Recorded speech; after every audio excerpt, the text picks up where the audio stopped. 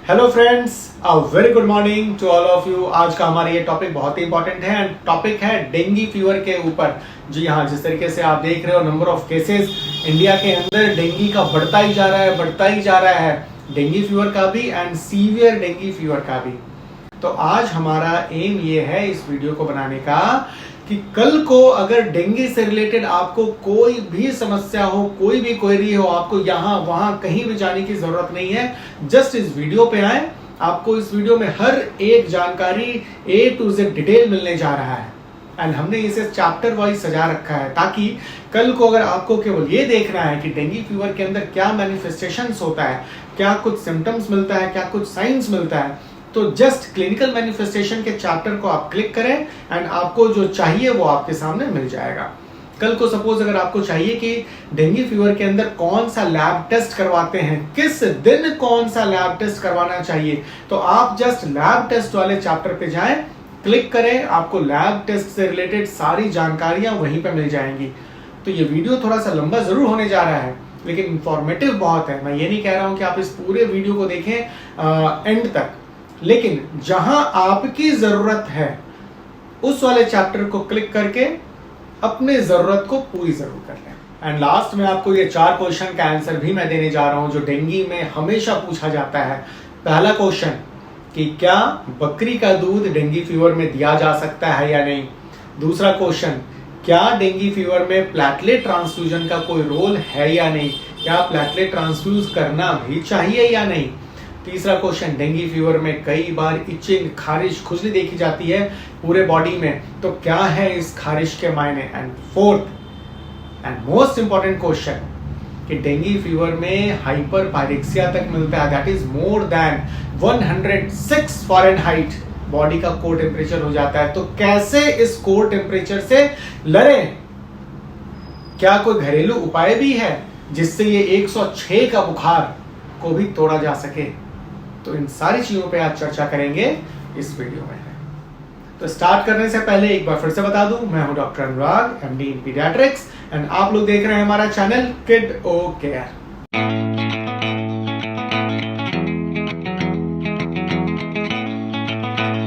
Dengue fever एक तरीके का वायरल इलनेस है जो कि डेंगू वायरस से होता है। There are 4 types of dengue virus, type 1, 2, 3 and 4। Usually इसको हम लोग शॉर्ट फॉर्म में डिनोट करते हैं DENV से। अब ये जो डेंगू वायरस है ये generally single stranded RNA virus होता है एंड इसका जो साइकिल चलता है ये between human beings and mosquitoes के बीच में चलता है। अब होता क्या है कि वो एडिस इजिप्टाई, ये जो मॉस्किटो है, ये अपने सैलिवरी ग्लैंड में इसे कैरी करता होता है इस वायरस को। अब ये जिस जिस ह्यूमन बीइंग्स को काटेगा वहां पे ट्रांसमिशन के चांसेस हो जाते हैं। तो क्या होगा कि ये जो वायरस है ये ह्यूमन सर्कुलेशन में आ जाता है एंड ह्यूमन सर्कुलेशन में आने के बाद वायरीमिया प्रोड्यूस करेगा एंड ह्यूमन बीइंग्स को इन्फेक्ट करेगा, जिससे डेंगू फीवर होने का खतरा है। अब इस ह्यूमन बीइंग्स के अंदर जहां पे वायरेमिक फेज में ये जो वायरस घूम रहा है सर्कुलेशन में, अब अगर फिर से कोई एडिस इजिप्टाई जो फीमेल मॉस्किटो है अगर फिर से इसे बाइट करेगा तो ये अपने मिडगट में ले लेगा एंड लेने के बाद फिर मल्टीप्लिकेशन शुरू होगा मॉस्किटो के अंदर एंड फिर ये सलाइवरी ग्लैंड में आ जाएगा एंड सलाइवरी ग्लैंड के बाद फिर ये नेक्स्ट नॉन इन्फेक्टेड इंसान को काटेगा एंड ट्रांसमिट करेगा। तो ये साइकिल इसी तरीके से यूजुअली चलता है। बट कई देशों में आपने देखा है कुछ फॉरेस्ट साइकिल भी इसमें चलता है जिसको हम लोग सिल्वेटिक साइकिल बोलते हैं। एंड सिल्वेटिक साइकिल में क्या होता है, ये जो नॉन ह्यूमन प्राइमेट्स हैं जैसे कि मंकीज, एप्स या लेमर्स, इनके अंदर भी कई बार ये डेंगू वायरस पाया गया है और इन डेंगू वायरस को जब ये एडिस इजिप्टाई मॉस्किटो काटेगा तो फिर ये मॉस्किटो अपने अंदर कैरी कर लेगा एंड ये या तो फिर नॉन ह्यूमन प्राइमेट्स को इन्फेक्ट कर सकता है या तो ह्यूमन बीइंग्स को इन्फेक्ट कर सकता है। यूजुअली ये जो एडिस इजिप्टाई है डे टाइम में ही आपको काटता हुआ नजर आएगा। ये जो स्टैग्नेंट वाटर है जहां पे जमा हुआ पानी रहता है यूजुअली यहीं पे ये ब्रीड करता है।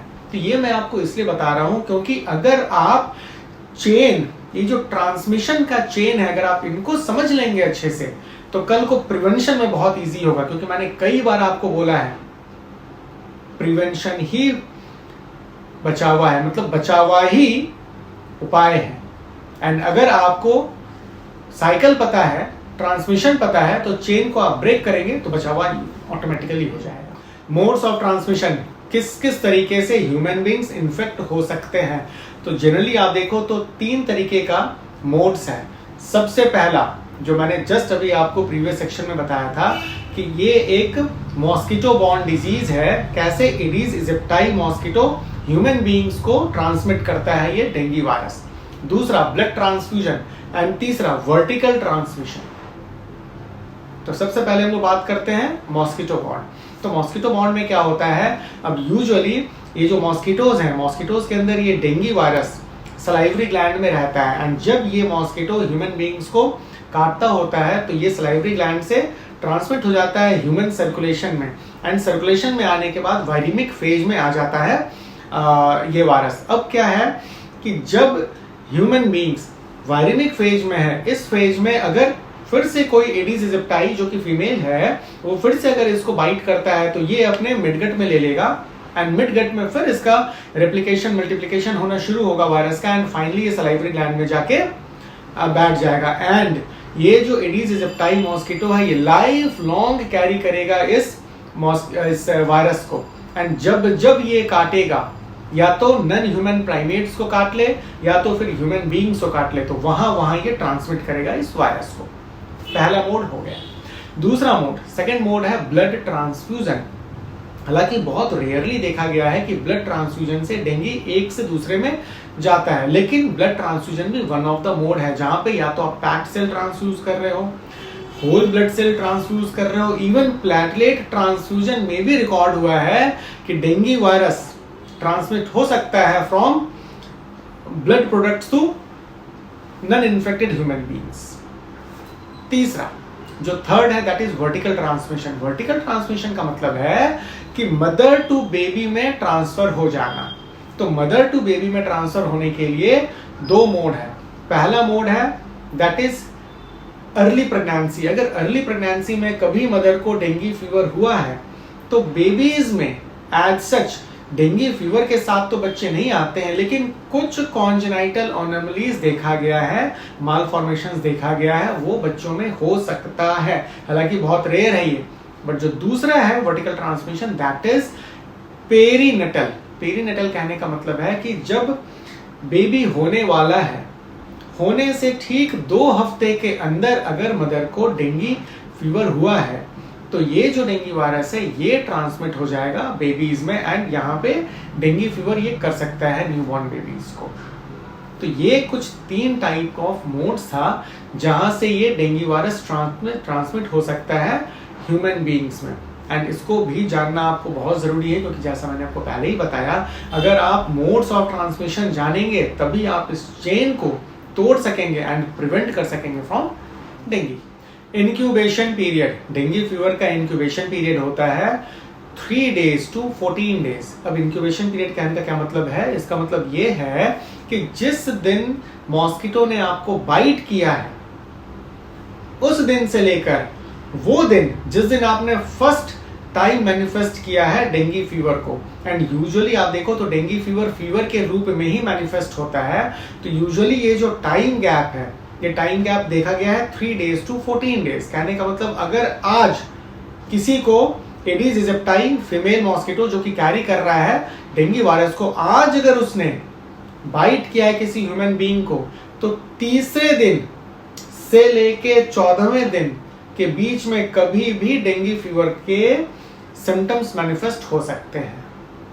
तो ऐसा बिल्कुल नहीं है जैसे कि कुछ मदर्स आती हैं या कुछ फादर्स आते हैं एंड कॉम्प्लेन करते हुए कि कल मेरा बच्चा शाम में गया था पार्क में खेलने के लिए, पार्क में बहुत सारे मच्छर थे, मच्छर ने इसको काटा है एंड मुझे ऐसा लग रहा है कि इसको डेंगू हो गया है। अब कल तो मच्छर ने काटा है, आज डेंगू कैसे हो जाएगा? इस बात को समझना जरूरी है। डेंगू जब भी होगा तो after 3 days of mosquito bite होगा, से लेके 14th डे तक भी हो सकता है। इसी को कहते हैं इंक्यूबेशन पीरियड। एक बार जब इंक्यूबेशन पीरियड हो गया एंड डेंगू फीवर जब मैनिफेस्ट करता है तो आप देखो इसको 3 पार्ट में बांटा जाता है। समझने के लिए बहुत इजी है ये। पहला पार्ट हो गया दैट इज सिम्प्टोमेटिक फेज, दूसरा part that is critical phase and तीसरा पार्ट रिकवरी फेज। यूजुअली ये जो सिम्प्टोमेटिक फेज होता है ये आपको 1 दिन से 7 दिन तक रह सकता है, ये फिक्स्ड नहीं है। हो सकता है कुछ लोगों में ये 1 दिन रहे, कुछ लोगों में 3 दिन रहे, कुछ लोगों में 5-6 दिन रहे, तो 1 से 7 दिन ऑन एन एवरेज देखा गया है। 7th डे के बाद आता है क्रिटिकल फेज, जो कि 1 से 2 दिन वैरी कर सकता है। एंड ये सबसे इंपॉर्टेंट फेज है। क्यों है अभी जस्ट मैं आपको बताने जा रहा हूं नेक्स्ट चैप्टर में। एंड तीसरा that is phase of recovery, जहां से फिर रिकवरी शुरू हो जाती है। यूजुअली ये जो सिम्टोमैटिक फेज है, जहां पे फीवर शुरू होता है डेंगू फीवर में, यूजुअली ये वायरेमिक फेज को ही कोरिलेट करता है। कहने का मतलब जब वायरीमिया शुरू होगा आपके बॉडी में, जब वायरस सर्कुलेट करना शुरू करेगा आपके बॉडी में, तभी आपको फर्स्ट टाइम फीवर मैनिफेस्ट होगा। एंड ये वही समय है जहां पे आप एट अर्लीस्ट लैब टेस्ट से पता कर सकते हो कि क्या आपको डेंगू फीवर है या नहीं, जो मैं अभी आपको आने वाले समय में बताऊंगा कि किस दिन में कौन सा टेस्ट करना चाहिए डेंगू फीवर में। इसलिए हमें फेजेस को जानना बहुत जरूरी है कि किस किस फेज में मैनिफेस्ट करता है डेंगू फीवर, ताकि आपको पता चल सके कि कब वायरीमिया है और कब नन वायरीमिया है, कब कौन सा सिम्टम्स डेवलप करेगा, कब कौन सा क्रिटिकल फेज डेवलप करेगा। तो जैसे ही ये वायरेमिक फेज ओवर होता है तो सिम्टोमैटिक फेज भी आपका ओवर हो जाएगा। एंड जब सिम्टोमैटिक फेज आपका ओवर होगा तो नन वायरेमिक फेज में आता है क्रिटिकल फेज। यही 2 दिन बहुत इंपॉर्टेंट है, जहां पे हो सकता है कि आप क्रिटिकली इल हो जाओ। एंड फाइनली रिकवरी वाले फेज में तो नन वायरेमिया होना ही है, वहां पे तो वायरस आपके सर्कुलेशन में मिलेगा ही नहीं। और ये वही फेज है जहां पे आप कभी एंटीबॉडी टेस्टिंग कराते हो तो एंटीबॉडी टेस्टिंग में आपको पॉजिटिव आ जाता है। अब इसके भी क्या मायने हैं, कब IgM पॉजिटिव आता है, कब IgG पॉजिटिव आता है, ये मैं अपने लैब सेक्शन में आपको बताने जा रहा हूं। साइंस एंड सिम्टम्स की अगर हम लोग बात करें तो यूजुअली आप देखो तो मोर देन 80%, गौर कीजिए एक बार फिर से, मोर देन 80% एसिम्प्टोमेटिक या माइल्ड सिम्टम्स के साथ होता है। इसलिए तो कई बार ऐसा होता है कि कई लोगों को डेंगू फीवर हुआ भी है और इतना माइल्ड सिम्टम्स आता है कि लोगों को समझ में नहीं आता है कि हमें क्या हुआ था। इसलिए इस बात को ध्यान रखें, जरूरी नहीं कि डेंगू फीवर जब भी होगा तो ब्रेक बोन फीवर के साथ ही होगा, हाइपरपैरेक्सिया के साथ ही होगा, ऐसा कोई जरूरी नहीं है। कई बार तो एसिम्प्टोमेटिक हो जाता है, मॉस्किटो आया, आपको बाइट किया, आपके अंदर डेंगू वायरस छोड़ दिया, सर्कुलेशन में डेंगू वायरस आ गया एंड आप एसिम्प्टोमेटिक हो, आपको पता भी नहीं चलता है कि आपके अंदर डेंगू वायरस है। एंड कई बार क्या होता है, इस एसिम्प्टोमेटिक फेज में भी जब आप वायरीमिया वाले फेज में होते हैं, जो वायरस आपके सर्कुलेशन में रहता है, उस समय अगर एडिस इजिप्टाई मॉस्किटो आया एंड आपको बाइट करके किसी दूसरे नॉन इन्फेक्टेड इंडिविजुअल को काटेगा तो उसे भी करा देगा। कहने का मतलब कि आप एसिम्प्टोमेटिक हो लेकिन आपको काटकर किसी दूसरे को काटा तो हो सकता है कि वो सिम्प्टोमेटिक हो जाए, उसे डेंगू फीवर बहुत जबरदस्त टाइप से मैनिफेस्ट कर ले, ऐसा भी होता है। तो मेजॉरिटी ऑफ केसेस में मैं यही समझाना चाह रहा हूं, मेजॉरिटी ऑफ केसेस में ये एसिम्प्टोमेटिक ही निकल जाता है, पता ही नहीं चलता है कि कभी हमारे को डेंगू वायरस का इन्फेक्शन भी हुआ है। से लेके सिम्प्टोमेटिक फेज में जो सिम्टम्स मिलते हैं वो कुछ इस प्रकार मिलते हैं। स्टार्ट तो होता है ये फीवर से, फीवर आपका mild to moderate to severe किसी भी ग्रेड में हो सकता है। फीवर के साथ साथ हेडेक होगा एंड आंखों के पीछे लगेगा कि आपको पेन हो रहा है, जैसे कि इसे रेट्रो ऑर्बिटल पेन कहा जाता है। इसके साथ साथ बैक पेन हो सकता है, लेग्स में पेन हो सकता है, एब्डोमिनल पेन होगा, एक नोजिया सा फीलिंग रहता है कि वॉमिट हुआ, अब वॉमिट हुआ, कुछ लोगों में तो वॉमिटिंग हो भी जाता है। पूरे बॉडी में आप देखो तो मस्कुलर पेन दैट इज मायल्जिया होगा। छोटे छोटे बोन्स में कई बार दर्द बहुत होता है, जिसको आर्थैल्जिया भी बोला जाता है। एब्डोमिनल सिम्टम्स आते ही या तो कॉन्स्टिपेशन हो सकता है या कई बार हमें लूज मोशंस, डायरिया भी देखने को मिलता है। तो इसका जो मैनिफेस्टेशंस है डेंगू फीवर का, ये वेरियस मैनिफेस्टेशंस है, स्पेक्ट्रम ऑफ मैनिफेस्टेशंस है, लेकिन खासकर हमें 2-3 पार्ट्स पे ही ध्यान देना होता है। खासकर high grade fever, headache, retroorbital pain and कुछ दिनों के बाद बॉडी पे छोटे छोटे रेड स्पॉट्स पड़ जाने, जिसको स्किन रैश बोलते हैं। एंड खासकर डिपेंडेंट पार्ट्स पे, जो लेग वाला पार्ट है, उस पे ज्यादातर आपको देखने को मिलेगा। इसके बाद वाले फेज में आता है क्रिटिकल फेज। जैसा मैंने आपको पहले भी अपने पुराने प्रीवियस वीडियोस में बता रखा है कि जिस दिन आपका फीवर टूटा ये जो 1 से 7 दिन का पीरियड होता है, इसमें आपको फीवर फीवर फीवर चलता रहता है। एंड सपोज 7वें दिन आपका बुखार टूट गया, उस दिन जाके खुशियां मनाने की जरूरत नहीं है। आप ये मत सोचें कि आप डेंगू से फ्री हो गए, आज तो मेरा बुखार टूट गया, आज तो मैं खूब खाऊंगा, आज तो मैं मॉल जाऊंगा, आज तो मैं खूब घूमूंगा, आज तो मैं मूवीज देखूंगा। बिल्कुल ना करें। जिस दिन बुखार टूटा है उसके बाद 2 दिन, कम से कम 2 दिन अपने आप को रिस्ट्रिक्ट कर कर रखें, घर में रहें, पानी अच्छे से पिए, हाइड्रेशन मेंटेन करें, एक्सेस में खाने की जरूरत नहीं है, बॉडी को एक्सर्ट करने की जरूरत नहीं है, बाहर निकलने की जरूरत नहीं, क्योंकि यही जो 2 दिन है इसी में क्रिटिकल फेज शुरू होता है। इसी में आपको प्लेटलेट काउंट धीरे धीरे डाउन होना शुरू हो जाता है एंड ब्लड प्रेशर इसी में धीरे धीरे डाउन होना शुरू हो जाता है। तो क्या है क्रिटिकल फेज का वार्निंग साइंस? तो वार्निंग साइंस में जो सबसे पहला वार्निंग साइन है दैट इज पेशाब का कम होना। यूजुअली अगर आप देखो हर इंडिविजुअल का अलग फ्रीक्वेंसी होता है। सपोज किसी इंडिविजुअल का फ्रीक्वेंसी है हर 6 घंटे या 8 घंटे या 10 घंटे में यूरिन करना, लेकिन अगर उनका यूरिन कम होता जा रहा है, ओलीग यूरिया की तरफ वो जा रहे हैं, तो ये आपको डेंजरस साइन हो जाता है।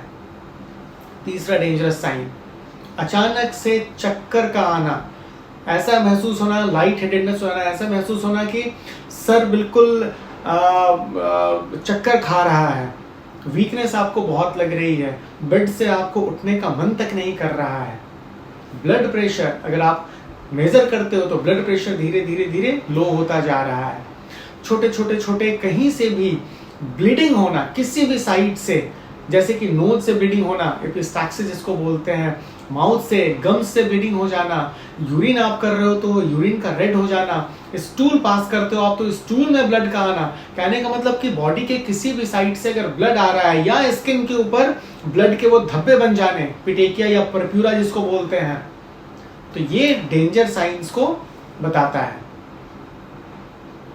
प्लस अगर आपने लैब टेस्टिंग करवाया है एंड लैब टेस्टिंग में प्लेटलेट काउंट डाउन जा रहा है या आपका haematocrit that is packed cell volume ये आपका हाई जा रहा है, ये दोनों आपको बताता है कि आपका डेंजर साइंस, आपका क्रिटिकल फेज अब शुरू हो गया है। तो ये कुछ बातें थी क्रिटिकल फेज को लेकर। एंड जैसे ही आपको लगता है कि आप क्रिटिकल फेज में इमीडिएटली हॉस्पिटल जाकर विजिट करें एंड हो सके तो अपने आप को एडमिट करवा लें। आफ्टर क्रिटिकल फेज फिर आता है आपका रिकवरी फेज। तो फेज ऑफ रिकवरी में धीरे धीरे धीरे जो भी आपके साइंस एंड सिम्टम्स थे धीरे धीरे धीरे इन सभी में इंप्रूवमेंट होना शुरू हो जाएगा। फीवर था, फीवर चला जाएगा, हेडेक था, हेडेक चला जाएगा, बॉडी एक हो रहा था, मस्कुलर पेन हो रहा था, छोटे छोटे जॉइंट्स में पेन हो रहा था, ये सब धीरे धीरे चला जाएगा। एक वेल बीइंग का आपको अंदर से एक फीलिंग आपको एक आ जाती है। इसके साथ साथ अगर प्लेटलेट आपका डाउन था तो धीरे धीरे प्लेटलेट भी ऊपर होना शुरू हो जाएगा एंड 1.5 लाख क्रॉस कर जाएगा। हेमेटोक्रिट, ये जो पैक्ड सेल वॉल्यूम था जो आपका ऑलरेडी हाई जा रहा था हीमो कॉन्सेंट्रेशन की वजह से, धीरे धीरे वो डाउन होना शुरू हो जाएगा। ब्लड प्रेशर जो आपका लो चला गया था, धीरे धीरे ब्लड प्रेशर भी आपका नॉर्मलाइज हो जाएगा। तो ये कुछ फीचर्स हैं जो बताता है कि आप रिकवरी फेज में आ गए।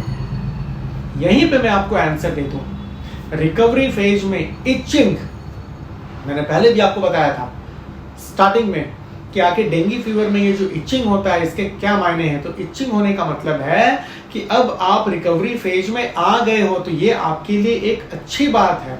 कई लोग बहुत घबरा जाते हैं, डर जाते हैं कि हमें तो बहुत इचिंग हो रही है, सारे बॉडी में खुजली है, खारिश है, रात भर मैं सो नहीं पा रहा हूँ, क्या करूँ, कहीं मुझे कुछ हो तो नहीं जाएगा, कहीं डेंगू फीवर सीवियर तो नहीं हो जा रहा है।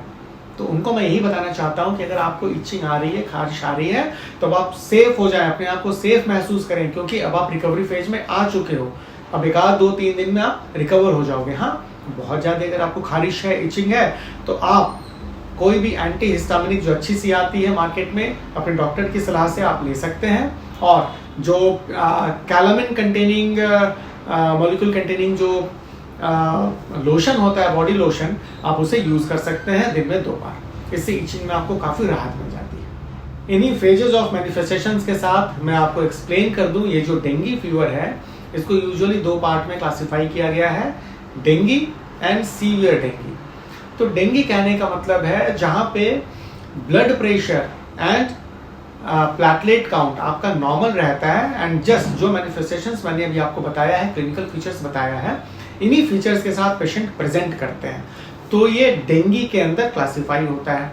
यही केस सीवियर डेंगी कहलाएगा अगर डेंगी हेमरेजिक फीवर का सिम्टम्स है या डेंगी शॉक सिंड्रोम का सिम्टम्स है। तो जहां डेंगी हेमरेजिक फीवर होता है वहां पे थ्रोम्बोसाइटोपिनिया देखने को मिलता है, प्लेटलेट काउंट धीरे धीरे डाउन होना शुरू हो जाएगा।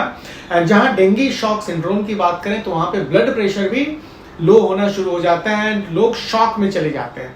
या आप ऐसे भी कह सकते हो कि जिन किसी में डेंजर साइंस दिखा है वो सीवियर डेंगी के अंदर फिट हो रहा है। जहां पे क्रिटिकल फेज में जो लोग गिरे वो सीवियर डेंगी के अंदर क्लासिफाई होंगे। Lab test of dengue fever, क्या कुछ टेस्ट कराया जा सकता है इस डेंगी फीवर में? तो मैंने आपको पहले ही बताया था साइकिल क्या होता है मैनिफेस्टेशंस का। एक बार फिर से ब्रीफ कर दूं आपको। ये जो सिम्टोमेटिक फेज है जहां पे फीवर मैनिफेस्ट करता है, यूजुअली ये वायरेमिक फेज को ही कोरिलेट करता है। जब वायरीमिया स्टार्ट होगा आपके बॉडी में सर्कुलेशन में, तभी फर्स्ट टाइम फीवर मैनिफेस्ट होता है डेंगी के अंदर। तो अब आप देखें, जब वायरीमिया हुआ है, that is the first day of fever, तो फर्स्ट डे ही आप कुछ टेस्ट करवा सकते हो जिससे आपको पता चल सके कि आपको डेंगी फीवर है। से लेके वो फेज जहां पे एंटीबॉडीज प्रोडक्शन शुरू हो गया है, तो आप एंटीबॉडीज का भी टेस्ट करवा सकते हो कुछ दिनों में, जहां पे आप देख सकते हो कि आपको डेंगी फीवर है या नहीं है। तो स्टार्ट करते हैं सबसे पहले उन टेस्ट से जो कि आप फर्स्ट डे ऑफ डेंगी करवा सकते हो। हालांकि ये टेस्ट आपको यूजुअली 5 दिन तक आपको पॉजिटिव रिपोर्ट देगा। तो जब वायरेमिक फेज हुआ है तो कॉमन सेंस की बात है, वायरेमिक फेज में आप वायरस को आइसोलेट कर सकते हो, जो वायरस आपकी सर्कुलेशन में घूम रहा है। तो वायरस आइसोलेशन पहला।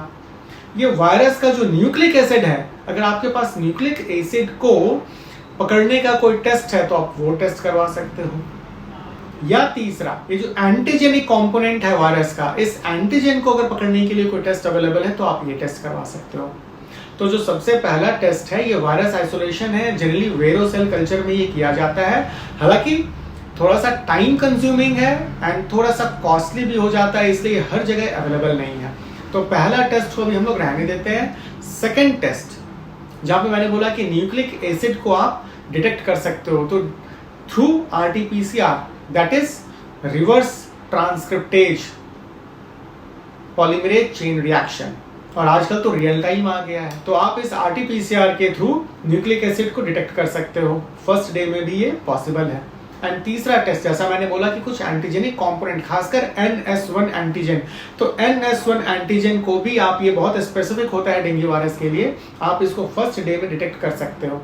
तो फर्स्ट से लेके 5 डेज तक, जैसा मैंने बोला, ये 3 टेस्ट आप करा लो। वायरस आइसोलेशन हो गया, RT-PCR हो गया या NS1 हो गया। अब 5th डे ऑनवर्ड्स, जहां पे एंटीबॉडीज का प्रोडक्शन शुरू हो चुका होता है, खासकर IgM एंटीबॉडी जो कि अर्ली फेज में आपको डिटेक्ट हो जाता है, तो आप अगर IgM सेरोलॉजी कराना चाहो ब्लड में तो आप ये सेरोलॉजी करा सकते हो। एंड IgM पॉजिटिव आया है डेंगी के अगेंस्ट, तो आप कह सकते हो कि हाँ डेंगी फीवर है। यही अगर IgG पॉजिटिव आ जाता है, इट मीन्स कि डेंगी फीवर कभी बॉडी में था पहले बट प्रेजेंटली नहीं है। तो IgM आया तो करंट डिजीज को ये शो करता है, IgG आया तो प्रीवियस डिजीज को ये शो करता है। यूजुअली डेंगू फीवर के अंदर प्लेटलेट काउंट धीरे धीरे कमना शुरू हो जाता है। यूजुअली जो प्लेटलेट काउंट होता है बॉडी में, that varies from 1.5 to 3 lakhs, लेकिन 1.5 के नीचे अगर प्लेटलेट आ रहा है दैट मीन्स थ्रोम्बोसाइटोपिनिया हो रहा है। तो आखिर प्लेटलेट काउंट क्यों घट जाता है डेंगू फीवर के अंदर? तो आप देखो यहाँ पे 2 मैकेनिज्म बोला गया है। पहला मैकेनिज्म है बोन मैरो सप्रेशन एंड दूसरा है डिस्ट्रक्शन इन पेरिफेरल सर्कुलेशन। तो बोन मैरो सप्रेशन में क्या होता है, यूजुअली ये डेंगू फीवर में डेंगू वायरस इन्फेक्शन की वजह से बोन मैरो एक सप्रेस्ड स्टेट में चला जाता है and due to bone marrow suppression जो एडिक्वेट नंबर ऑफ थ्रोम्बोसाइट्स, ये जो प्लेटलेट बनना चाहिए था, ये एडिक्वेट नंबर ऑफ प्लेटलेट बन ही नहीं पाता, ये सर्कुलेशन में जा ही नहीं पाता है। तो ये कारण हो गया थ्रोम्बोसाइटोपिनिया का। इसी तरीके से दूसरा कारण पेरिफेरल डिस्ट्रक्शन। अब ये जो प्लेटलेट्स आपके बॉडी में ऑलरेडी सर्कुलेशन में घूम रहा है, ये 2 तरीके से डिस्ट्रॉय हो सकता है। पहला, ये जो डेंगू वायरस है, dengue virus directly in platelet surface पे आकर चिपक जाता है, स्टिक कर जाता है, चिपकने के बाद ये इसको डिस्ट्रॉय करता है। एंड दूसरा, कुछ ऑटो एंटीबॉडीज बन जाता है इन प्लेटलेट्स के अगेंस्ट। होता क्या है कि डेंगू वायरस आपके बॉडी में एंटर किया है, अब ऑटो एंटीबॉडीज बन गया, और ये जो एंटीबॉडीज बना है ये आपके प्लेटलेट को ही फॉरेन समझने लगता है, फॉरेन मटेरियल समझता है, एंड आपके प्लेटलेट को ही डिस्ट्रॉय करना शुरू कर देता है। तो यूजुअली यही दो मैकेनिज्म है, जहाँ पे पहला बोन मैरो सप्रेशन हो जाता है एंड दूसरा पेरिफेरल डिस्ट्रक्शन हो जाता है, जिसके वजह से धीरे धीरे धीरे धीरे प्लेटलेट काउंट कम होना शुरू हो जाता है। अब यहाँ पे क्वेश्चन यही उठता है कि आखिर किस लेवल पे जाके प्लेटलेट ट्रांसफ्यूज करना चाहिए डेंगू फीवर के अंदर। तो ये जो क्राइटेरिया बनाया गया है, क्राइटेरिया कुछ ऐसा कहता है, अगर प्लेटलेट काउंट 50,000 के नीचे चला जाए विथ ब्लीडिंग मैनिफेस्टेशंस, कहने का मतलब कि किसी भी साइट से अगर ब्लीडिंग हो रहा है, नोज से ब्लीडिंग हो गया that is epistaxis, oral bleeding है या गम से ब्लीडिंग हो रहा है, यूरिन आप कर रहे हो तो रेड यूरिन आ रहा है, स्टूल पास कर रहे हो तो उसमें ब्लड आपको दिख रहा है, या स्किन के ऊपर छोटे छोटे छोटे पिटेकिया या परप्यूरा बन रहा है, मतलब कि ब्लड स्पॉट्स आपके ऊपर स्किन के ऊपर आ गया है, तो कहीं भी अगर ब्लीडिंग मैनिफेस्टेशन है एंड प्लेटलेट काउंट 50,000 से नीचे है तो प्लेटलेट ट्रांसफ्यूज करने की जरूरत पड़ेगी। या अगर प्लेटलेट काउंट 20,000 से नीचे चला गया विथ और विदाउट ब्लीडिंग, वो पेशेंट जहां पे कोई ब्लीडिंग मैनिफेस्टेशन नहीं है लेकिन प्लेटलेट काउंट 20,000 से नीचे चला गया है, तो ये भी एक क्राइटेरिया है for platelet transfuse. Usually parents and relatives यही पूछते हैं कि आप प्लेटलेट के डाउन होने का इंतजार क्यों कर रहे हो, 80,000, 60,000, 40,000, 20,000, अब जाकर आप प्लेटलेट ट्रांसफ्यूज करोगे। इससे अच्छा है कि जब प्लेटलेट डाउन हो रहा था, जब प्लेटलेट 60,000 पे आ गया था तो आप 60,000 पे ही प्लेटलेट ट्रांसफ्यूज कर देते, बातें खत्म हो जाती। तो यहाँ पे जानना ये जरूरी है कि हाइयर लेवल पे अगर आपने प्लेटलेट ट्रांसफ्यूज किया है तो पेशेंट को जितना फायदा नहीं होगा उससे ज्यादा नुकसान हो जाएगा। कैसे नुकसान हो जाएगा? पहली बात तो ये कि अगर हाइयर लेवल पे आप प्लेटलेट ट्रांसफ्यूज करते हो तो ये आपके प्लेटलेट के डिस्ट्रक्शन को नहीं रोक सकता है। डेंगू फीवर में अगर प्लेटलेट कम होना शुरू हुआ है, थ्रोम्बोसाइटोपेनिया शुरू हुआ है, तो वो घटता ही जाएगा, आपके प्लेटलेट ट्रांसफ्यूज कर देने से वो बढ़ नहीं जाएगा।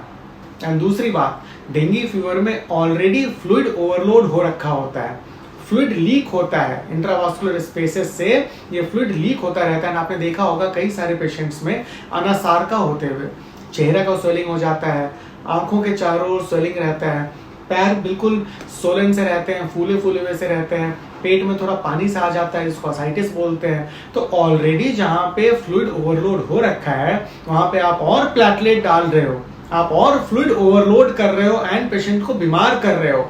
इसलिए प्लेटलेट को मेडिसिन की तरह ही ट्रीट करना चाहिए, मेडिसिन की तरह ही देनी चाहिए जब जरूरत पड़े तो जो क्राइटेरिया मैंने आपको बोला 50,000 के नीचे है विथ ब्लीडिंग तो आप प्लेटलेट ट्रांसफ्यूज करेंगे, या प्लेटलेट काउंट 20,000 के नीचे आ जाए विथ और विदाउट ब्लीडिंग तभी आप प्लेटलेट को ट्रांसफ्यूज करेंगे। क्वेश्चन यहाँ पे फिर उठता है कि कौन सा प्लेटलेट ट्रांसफ्यूज करें। तो मार्केट में दो तरह का प्लेटलेट अवेलेबल है, RDPC that is random donor platelet concentrate and SDPC that is single donor platelet concentrate।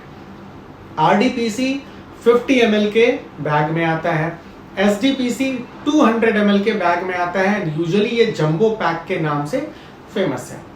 RDPC आप देते हो 10 ml पर केजी बॉडी वेट से। सपोज किसी बच्चे का वेट 10 kgs है तो 10 multiplied by 10 that is 100 ml, तो आपको 2 यूनिट RDPC की जरूरत पड़ेगी क्योंकि 1 यूनिट 50 ml का होता है। 100 ml देने के लिए आपको 2 यूनिट इसे चढ़ाना पड़ेगा एंड इसे एज सून एज पॉसिबल चढ़ाना है। एज जितना फास्ट आप चढ़ा सकते हो उतनी फास्ट आपको प्लेटलेट को चढ़ाना है, क्योंकि प्लेटलेट जितने देर में चढ़ेगा उतना ही प्लेटलेट का डिस्ट्रक्शन भी होता रहेगा।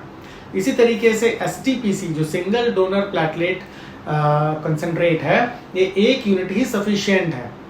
अगर 20 kgs बॉडी वेट है तो 200 ml सफिशिएंट होता है एंड यूजुअली अगर आपने 10 ml पर केजी बॉडी वेट से प्लेटलेट ट्रांसफ्यूज किया है तो 50,000 प्लेटलेट इंक्रीज कर सकता है। फॉर एग्जाम्पल, अगर आपने 10,000 प्लेटलेट काउंट पे at the rate of 10 ml पर केजी ट्रांसफ्यूज किया है तो इसका प्लेटलेट काउंट हो जाएगा 60,000, 10,000 पहले का एंड 50,000 अभी का। तो यूजुअली ये कोरिलेशन है between platelet count and platelet transfusion. जहां तक इस प्रिवेंशन का सवाल है, मैंने कई बार अपने पुरानी वीडियोस में भी आपको बता रखा है कि जानकारी ही बचावा है। अगर आपको जानकारी होगी कि किस तरीके से डेंगू फैलता है तो आप इस ट्रांसमिशन चेन को ब्रेक कर सकते हैं। ब्रेक करने के बाद अपने आप को प्रिवेंट कर सकते हैं। तो जैसा कि मैंने आपको पहले ही बता रखा है कि किस तरीके से ये फैलता है, तो ऑफकोर्स ये मॉस्किटो बॉर्न डिजीज है एंड मॉस्किटो से ये फैलता है। तो बचने के लिए या तो एक अपने आप को बचा लें इस मॉस्किटो बाइट से, या दूसरा इस मॉस्किटोज को जन्म ही ना लेने दें। कुछ ऐसा करें ताकि मॉस्किटोज का जन्म ही ना हो सके। तो ये दो पैरामीटर्स पे हमें काम करना है। तो पहला पैरामीटर है अपने आप को बचाना। तो अपने आप को आप कैसे बचा सकते हैं? बचाने का सबसे अच्छा उपाय है कोई सा भी जो इंसेक्ट रेपेलेंट है, जो हाईली इफेक्टिव है, जो इजीली अवेलेबल है मार्केट में, आप यूज करें। अब वो रेपेलेंट जो आपकी आजकल वो मशीन वाली आती है, लिक्विडेटर वाली आती है, आप उसको यूज कर सकते हैं।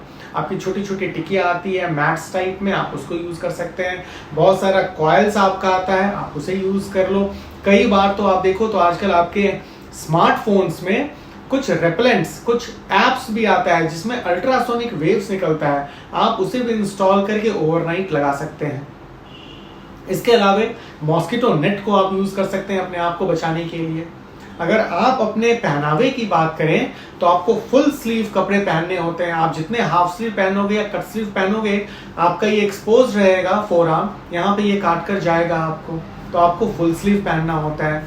कलर में भी आप एक बार देख लो तो यूजुअली ये जो मॉस्किटोज हैं ये ब्लैक कलर की ओर ज्यादा आकर्षित होते हैं, अट्रैक्ट होते हैं। जो ब्लैक कलर्ड क्लॉथ्स पहनते हैं उन्हें ये ज्यादा काटते हैं, इसलिए आपको लाइट कलर्ड क्लॉथ्स पहनने की जरूरत है, खासकर इस डेंगू सीजन में। तो ब्लैक कपड़े ना पहने।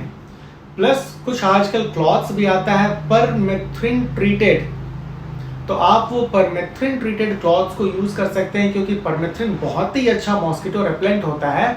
और जब जब आप ये क्लॉथ डालेंगे तो मच्छर आपके आसपास भी नहीं फटकेगा। ये जो मॉस्किटोज हैं एडिस एजिप्टाई, इसका ब्रीडिंग प्लेस ये है स्टैग्नेंट वाटर, जहां पानी आपका पड़ा हुआ है काफी दिनों से, इसी ठहरे हुए पानी में इनका ग्रोथ होता है। तो आपको चाहिए इस ठहरे हुए पानी को अच्छे से ट्रीट करना, या तो केमिकली आप ट्रीट करें ताकि इनका लार्वा का यहाँ पे जन्म ना हो सके, या दूसरा कि ये जो स्टैग्नेंट वाटर है इसे आप वहाँ इकट्ठा ही ना होने दें। फॉर एग्जाम्पल कूलर का पानी, कूलर अगर काफी दिनों से आपने छोड़ रखा है तो नीचे आप देखो तो बॉटम के समीप ये पानी इकट्ठा हो जाता है एंड इस पे काफी सारे लार्वा आपको देखने को मिलते हैं। तो बेटर है कि इसको आपको टाइम टू टाइम क्लीन करते रहना होगा। ठीक इस तरीके से ये जो पौधे वाले ये जो गमले होते हैं, गमले में भी पानी कई दिनों तक जमा रह जाता है, जिसकी वजह से वहां भी लार्वा का जन्म होना शुरू हो जाता है। तो आपको चाहिए इस पानी को भी टाइम टू टाइम क्लीन करते रहें। तो स्टैग्नेंट वाटर जो आपका एम है वो यही है कि स्टैग्नेंट वाटर को आपको ट्रीट करना है इधर केमिकली और उसे इकट्ठा ही नहीं होने देना है, दोनों में जैसा भी आप सॉल्व कर सकें। तो इस तरीके से इन दो पॉइंट्स को अगर आप ध्यान में रखेंगे, कैसे अपने आप को बचाना है मच्छर के काटने से, एंड दूसरा कैसे मच्छर के जन्म को ही नहीं होने देना है, आप अपने आप को डेंगू से प्रोटेक्ट कर सकते हैं। कुछ लोगों का कहना है कि डेंगू वायरस के अगेंस्ट डेंगू वैक्सीन भी अवेलेबल है, मार्केट में इजीली आपको मिल जाएगा। तो यहाँ पे मैं आपको ये कहना चाहता हूँ कि ये जो डेंगू वैक्सीन है ये अभी क्लिनिकल ट्रायल्स चल ही रहा है। कुछ पार्ट्स में आप देखो खासकर यूएस में तो क्लिनिकल ट्रायल्स हुए हैं जहां पे ह्यूमन बीइंग्स को ये वैक्सीन दिया गया है, लेकिन आज भी ये अप्रूवल नहीं मिल पाया है जनरल पॉपुलेशन के लिए। एंड WHO ने भी अभी तक ग्रीन सिग्नल नहीं दिया है, अप्रूव नहीं किया है इस वैक्सीन को। लेकिन जब अप्रूवल मिल जाएगा तो आप लोगों को अपडेट दे दिया जाएगा कि क्या डोज है, क्या शेड्यूल है, कैसे लगाना है, कब लगाना है, कितनी बार लगाना है, व्हाटएवर जो भी इंस्ट्रक्शंस हमें मिलेगा ये अपडेट कर दिया जाएगा। डेंगू फीवर में फीवर का ट्रीटमेंट मोस्ट इंपॉर्टेंट पार्ट है। डेंगू फीवर में ये फीवर ब्रेक बोन फीवर कहलाता है। ये फीवर ऐसा होता है कि मानो कि पूरी बॉडी आपकी टूट गई है, एक हड्डी हड्डी तक आपका टूट गया है, इतना फीवर इसमें होता है। हाइपरपैरेक्सिया तक हो सकता है, दैट इज 106 फ़ारेनहाइट के ऊपर आपके बॉडी का कोर टेम्परेचर अगर 106 फ़ारेनहाइट के ऊपर चला गया, दैट इज हाइपरपैरेक्सिया। तो यहाँ पे मैं आपको बताना चाह रहा हूँ कि कैसे इस फीवर का मुकाबला करें। तो मैं कुछ स्टेप्स आपको भी बताता हूँ, अगर इस स्टेप्स को आप फॉलो करेंगे तो ऐसा हो ही नहीं सकता कि बुखार टूटे ना। तो सबसे पहला है मेडिसिनल। जब कभी टेम्परेचर आपका हाई जा रहा है तो पैरासिटामोल, दैट इज एनसेड, सबसे पहले पैरासिटामोल आप ले सकते हैं। तो कितना लेना है पैरासिटामोल? 10 to 15 mg पर KG body weight. For example, अगर पेशेंट का बॉडी वेट है 20 kgs, तो 200 mg से लेके 300 mg के बीच में जो पैरासिटामोल अवेलेबल है आप उसको यूज कर सकते हैं। तो आप देखो 200 एंड 300 के बीच में जस्ट ऑन एन एवरेज आप 250 mg आप ले लो। तो पैरासिटामोल इजीली अवेलेबल होता है मार्केट में 250 mg स्ट्रेंथ का पर 5 ml। तो 5 ml आप इनको पिला सकते हो, या 250 mg अगर आपके पास सिरप के फॉर्म में नहीं है तो यूजुअली 500 mg का भी आपको पैरासिटामोल मिल जाता है, तो आप आधी गोली पैरासिटामोल दे सकते हैं। तो कहने का मतलब कि 10 to 15 mg पर केजी बॉडी वेट मेजर कर कर सेफली दिया जा सकता है, रिपीट किया जा सकता है 3 घंटे में। वो पुराना कॉन्सेप्ट था जहां पे लोग बोलते थे 4 घंटे में, 6 घंटे में, 8 घंटे का कम से कम डिफरेंस होना चाहिए। जी नहीं, 3 घंटे में रिपीट किया जा सकता है। और अगर पूरे दिन की बात करें 24 आवर्स की, तो 6 टाइम्स तक पैरासिटामोल आप दे सकते हो। कहने का मतलब पैरासिटामोल इतना सेफ है आपके लिए कि 3 घंटे में रिपीट भी किया जा सकता है एंड 6 टाइम्स तक इसको दिया जा सकता है पूरे 24 घंटे के अंदर। तो पहला पॉइंट था पैरासिटामोल देकर फीवर को उतारने की कोशिश करना। अब फर्स्ट पार्ट आपका नहीं हुआ सफल, सपोज पैरासिटामोल से नहीं उतर पा रहा है, तो क्या घरेलू और नुस्खे अवेलेबल हैं जो आप यहाँ पे अपना सकते हो? क्योंकि पैरासिटामोल केवल ओरल के अलावे कई सारे और वैरायटीज में आता है। जैसे आप इसको रेक्टल डाल सकते हो, आप यहाँ पे IM मतलब इंट्रामस्कुलर इंजेक्शन आप लगा सकते हो, आप IV भी दे सकते हो, मतलब इंट्रावेनस वेन्स के अंदर भी आप दे सकते हो। लेकिन मैं आपको ये इसलिए नहीं समझा रहा हूँ क्योंकि मैं अभी आपको घरेलू नुस्खा बता रहा हूँ कि घर में बैठकर आप कैसे पैरासिटामोल देकर या कुछ अदर टेक्निक से फीवर को उतार सकते हो। तो वहां पे आप IV या IM तो नहीं देने जाओगे। ओके, तो सेकंड स्टेप में क्या है? सेकंड स्टेप में होता है स्पॉन्जिंग। ठंडे पानी से या नॉर्मल पानी से रुमाल को या तौलिए को अच्छे से भिगो ले एंड पूरे बॉडी का स्पॉन्जिंग करना है। वो बॉलीवुड के फिल्म्स की तरह नहीं कि आपने वो रुमाल लिया एंड यहाँ पे फोरहेड के ऊपर डाल दिया एंड छोड़ दिए, ये सोचकर कि धीरे धीरे धीरे ये बुखार उतार देगा। ये बुखार कहां से उतार देगा? ये बुखार नहीं उतार सकता है। बुखार उतारने के लिए पूरे बॉडी को आपको स्पॉन्ज करना है एंड रिपीटेडली स्पॉन्ज करते रहना है। 1 बार, 2 बार, 3 बार, 4 बार, 10 बार, 15 बार, जब तक फीवर डाउन ना हो जाए। अब आपको लग रहा है कि स्पॉन्ज करने के बाद भी फीवर डाउन नहीं हो रहा है, तो आप जाएंगे अपने थर्ड स्टेज पे। थर्ड स्टेज में क्या होता है? आपको पेशेंट को सीधे नहला देना होता है। हम लोग तो इमरजेंसी डिपार्टमेंट में क्या करते हैं कि अगर कोई बच्चा आता है तो बच्चे को हम लोग सीधे वो जो बादिंग टब है जहां पे पानी भरा हुआ है, उस टब में डायरेक्ट बच्चे के दोनों हाथ को यूं पकड़ के नीचे डुबो देते हैं ताकि एक बार में ही बच्चा नहा ले। या टैप वाटर खोल दिया आपने, या शॉवर ऊपर का खोल दिया आपने एंड बच्चे को नीचे खड़े करा दिया ताकि ऊपर से हेड से लेके पूरे बॉडी तक बच्चा अच्छे से नहा ले। एंड आप देखोगे एक बार अगर आपने इनको नहला दिया है बच्चे को, तो फीवर आपका इमीडिएटली डाउन हो जाता है। एंड यही लागू होता है अडल्ट पेशेंट्स के लिए भी, यही लागू होता है गर्मी में और जाड़े में और बरसात में भी। कई पेशेंट्स, कई पेरेंट्स, कई रिलेटिव्स यही पूछते हैं कि क्या अभी तो ठंड है, क्या ठंड में नहलाना चाहिए या नहीं नहलाना चाहिए? ऑफ कोर्स ठंड में ही आपको नहलाना चाहिए। माना कि बहुत ठंडे पानी से नहीं, हल्का सा गुनगुना कर लीजिए, लेकिन नहला दीजिए। और एक बात, नहलाने के साथ साथ जब भी फीवर हाई होता है तो प्लीज रैप कर ना रखें।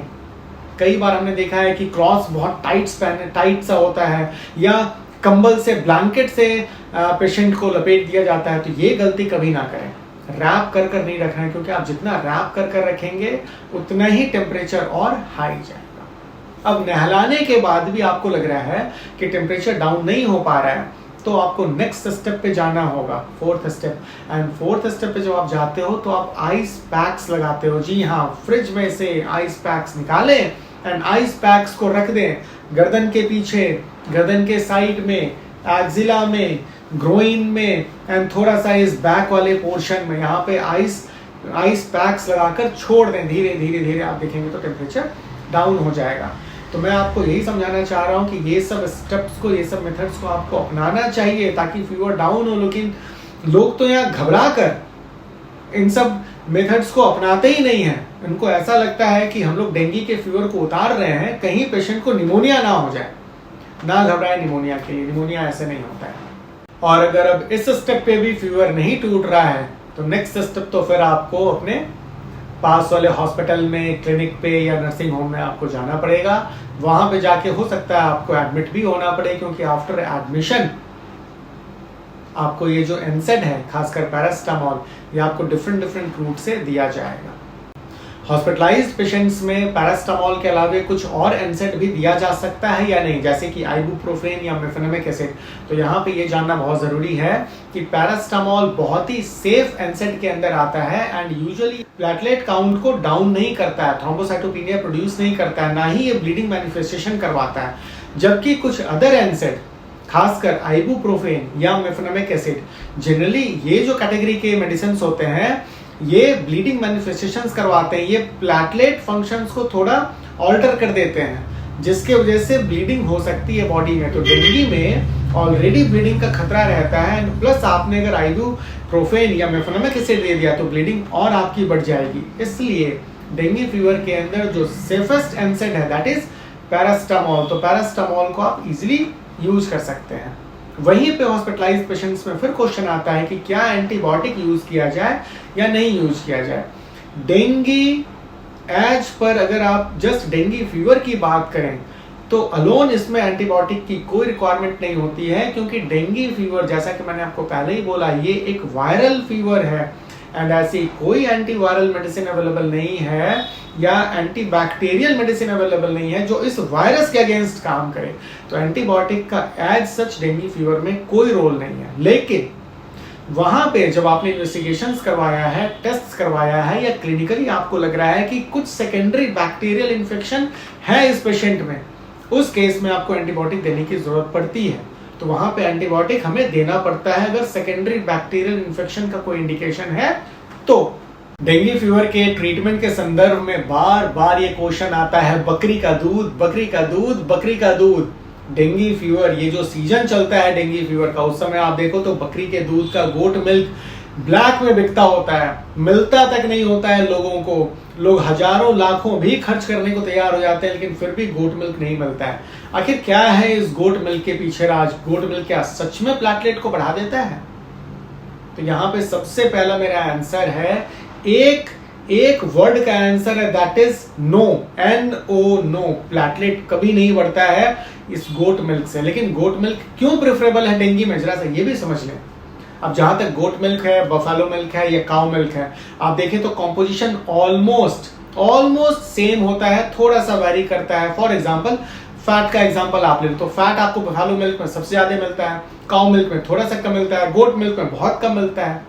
इसी तरीके से विटामिन है एंड कुछ मिनरल्स है, तो मोर और लेस विटामिन मिनरल ये तीनों मिल्क में आपको मिलेगा थोड़े अमाउंट्स में। लेकिन ऐसा कोई स्पेसिफिक एलिमेंट नहीं मिलता है गोट मिल्क के अंदर जो कि आपके प्लेटलेट को बढ़ा दे। इसलिए ऐसा कुछ भी नहीं है कि आपने गोट मिल्क पीना शुरू किया तो आपका प्लेटलेट धीरे धीरे बढ़ जाएगा। प्लेटलेट तो इसलिए बढ़ता है क्योंकि आपका हाइड्रेशन मेंटेन हो गया। मैंने पहले भी आपको बताया है कि डेंगू फीवर में हाइड्रेशन को मेंटेन करना सबसे जरूरी है। अब हाइड्रेशन मेंटेन आप चाहे पानी पी के कर लो, नारियल पानी पी के कर लो, फ्रूट जूस पी के कर लो, ऑफ कोर्स ये दूध पीकर कर लो। तो जो भी आप हाइड्रेशन को मेंटेन करने के लिए कर रहे हो बॉडी में, यही काम अगर गोट मिल्क कर दे तो आपके लिए बेनिफिशियल हो जाएगा। एंड गोट मिल्क कैसे हाइड्रेशन मेंटेन करता है, जरा इस बात को भी समझ लें। जितने भी ये काउ मिल्क है, बफेलो मिल्क है या फिर गोट मिल्क है, तो यूजुअली ये जो वाटर कंटेंट है ये गोट मिल्क का मैक्सिमम होता है। ठीक वही कॉन्सेप्ट यहाँ पे है, जो कि वाटर कंटेंट अगर किसी फ्रूट्स का ज्यादा है, जैसे कि वाटरमेलन, कीवी, मैंगोज, चूंकि इन सभी का वाटर कंटेंट बहुत ज्यादा होता है, इसलिए ये सब प्रेफरेबल है डेंगू फीवर में, ताकि आपका हाइड्रेशन मेंटेन रहे। ठीक इसी तरीके से अगर आप गोट मिल्क ज्यादा पीते हो डेंगू फीवर में तो आपका हाइड्रेशन मेंटेन रहेगा और आप जल्दी इंप्रूव हो जाओगे।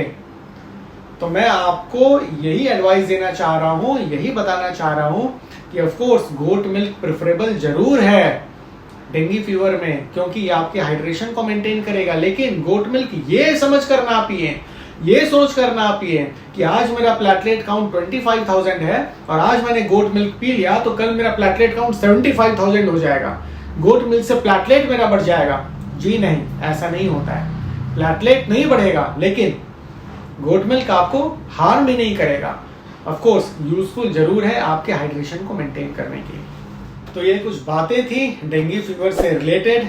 अगर इसके बाद भी कोई क्वेरी आपके मन में है, कोई क्वेश्चन अगर आपके मन में है, कुछ क्वेश्चन छूट गया हमारे से एक्सप्लेनेशन में, तो आप हमें नीचे दिए गए कमेंट बॉक्स में जरूर से डालें और हर बार की तरह आपको आंसर डेफिनेटली मिलेगा। मिलते हैं कुछ ऐसे ही सेशन के साथ अपने नेक्स्ट एपिसोड में। Till then bye.